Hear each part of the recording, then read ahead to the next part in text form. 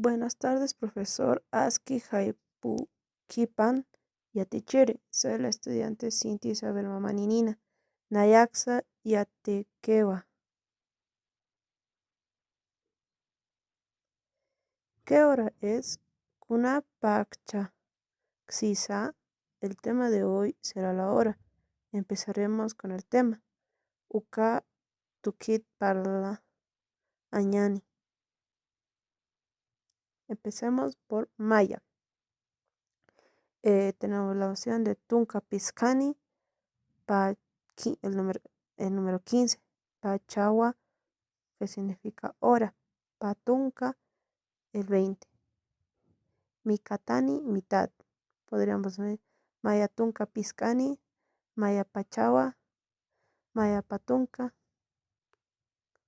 Esos son los ejemplos que tendríamos. También tenemos la palabra de chica Urumawa, que significa medianoche, y Pacalcu Haipua, que es 7 de la mañana, y Tunca Mayani Urwa, que es 11 de la mañana. También tenemos Pachawa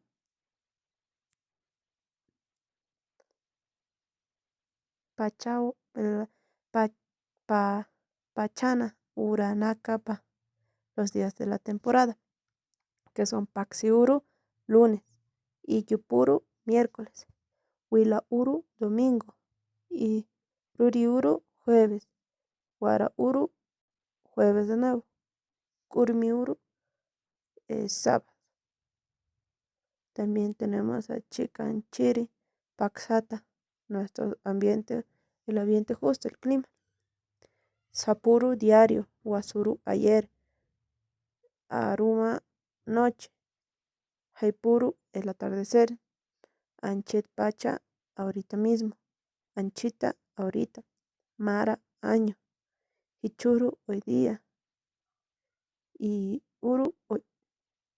Tenemos a Paxi, que es luna, Karuru, mañana, Jurpuru, mañana pasado. Tenemos oficios y profesiones. Oficionaca, Hani Ukaxa, profesionaca. Tenemos a Uña Chayiri, contador. Kulieri, enfermero. Yatichiri, profesor. Tantauluriri, abogado. Payiri, cocinero.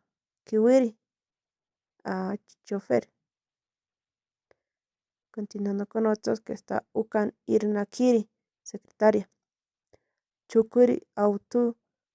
Askichiri, mecánico. Arquitecto es arquitecto. Eso sería todo, doctor.